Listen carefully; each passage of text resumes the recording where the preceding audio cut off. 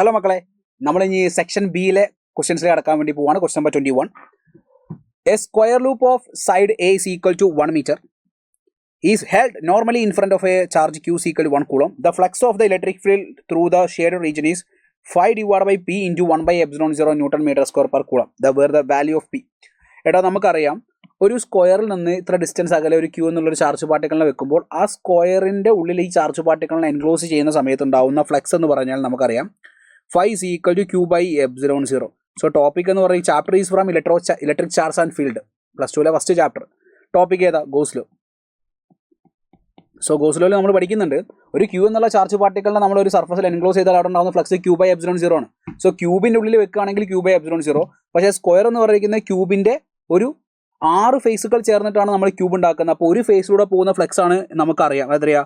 Flux through 1 phase എന്ന് പറഞ്ഞാൽ, അല്ലെങ്കിൽ സ്ക്വയർ എന്ന് പറഞ്ഞാൽ q by 6 epsilon 0 ആണ് അല്ലേ?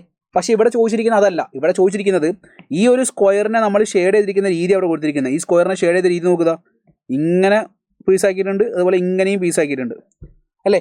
അങ്ങനെയുള്ള ഇത്ര പീസുകളുണ്ട്. അപ്പോൾ എത്ര പീസുകളുണ്ട് നോക്കിക്കോ. ഉണ്ട് 3, 4, 5, 6, 7. സോറി, അവിടെ ഒരു ഗ്യാപ്പ് കൂടിപ്പോയല്ലോ. സോ ഇത് എത്ര പീസ് ഉണ്ട് നോക്കൂ. 3, 4, 5, 6, 7, 8. അതായത് 8 പീസുകളുണ്ട്. ഈ 8 പീസുകളിൽ എത്ര പീസുകളാണ് ഷെയ്ഡ് ചെയ്തിരിക്കുന്നത് നോക്കുകയാണെങ്കിൽ 1, 2, 3, 4, 5 5 പീസുകളാണ് ഷെയ്ഡ് ചെയ്തിരിക്കുന്നത്. സോ ഈ 5 പീസിലൂടെ ഉണ്ടാകുന്ന ഫ്ലക്സ് എന്ന് പറയുന്നത് ഫ്ലക്സ് ത്രൂ ഷെയ്ഡഡ് റീജിയൻ എന്ന് പറയുമ്പോൾ നമുക്കറിയാം ടോട്ടൽ ഫ്ലക്സ്, ആ ഫ്ലക്സ് ത്രൂ ഫേസിലൂടെ വരുന്ന ഫ്ലക്സ് ഇൻറ്റു 8ൽ 5 പീസിലൂടെ പോകുന്ന ഫ്ലക്സ് അല്ലേ? 5/8 ഇൻറ്റു ഫ്ലക്സ് ത്രൂ 1 ഫേസ് ആണ്. അതിനെ നമ്മൾ ആ സ്ക്വയറിന് 8 പീസാക്കിയാൽ 5/8 ഭാഗത്തിലൂടെ പോകുന്ന ഫ്ലക്സ് ആണ് വേണ്ടത്. So 5 divided by 8 into flux through that 1 phase എന്ന് പറഞ്ഞിരിക്കുന്നത് q by 6 epsilon 0 ആണ്. സോ 5 divided by 8 ഇൻറ്റു 6 എന്ന് പറഞ്ഞാൽ 48 ആണ്.